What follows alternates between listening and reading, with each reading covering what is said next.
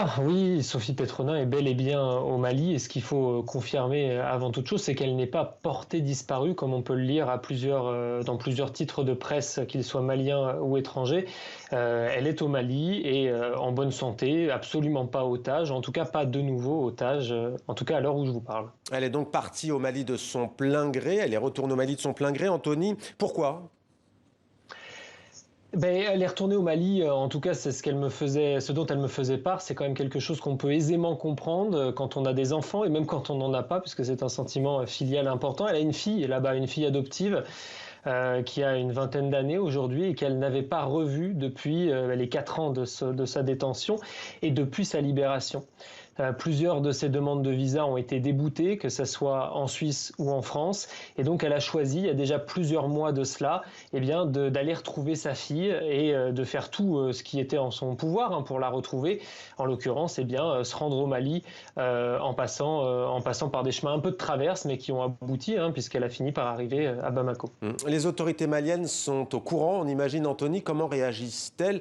Parmi les rumeurs nombreuses, depuis quelques jours, il y avait notamment celle qui disait que la gendarmerie malienne souhaitait l'arrêter.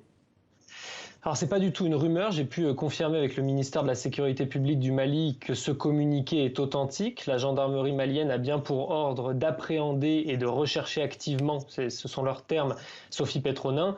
Là où je m'étonne, c'est que personne n'ignorait la présence de Sophie Petronin au Mali, et ce depuis le mois de mars 2021. Sophie est au Mali depuis 8 mois. Elle a franchi plusieurs frontières. Elle a fait sonner bon nombre d'alarmes de sécurité dès son départ de Suisse. Et les autorités, qu'elles soient françaises, suisses ou maliennes, l'ont laissé passer.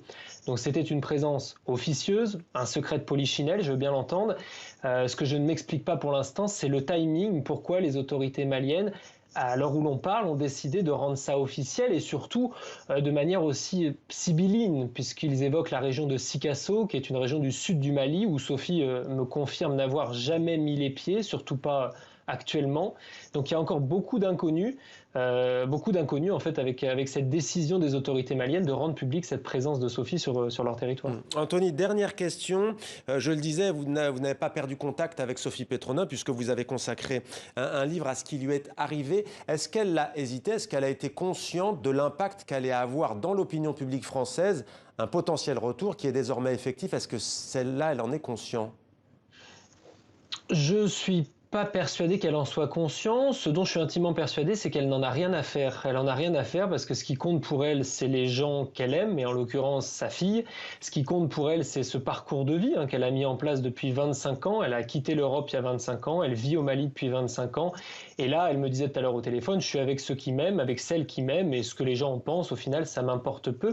Et c'est important de préciser que depuis 8 mois, eh bien, ça importait peu à personne. C'était officieux et ça ne dérangeait personne. Pourquoi ça dérange maintenant? Là est la question. Merci beaucoup Anthony Fouchard d'avoir répondu à nos questions en direct sur TV5 Monde.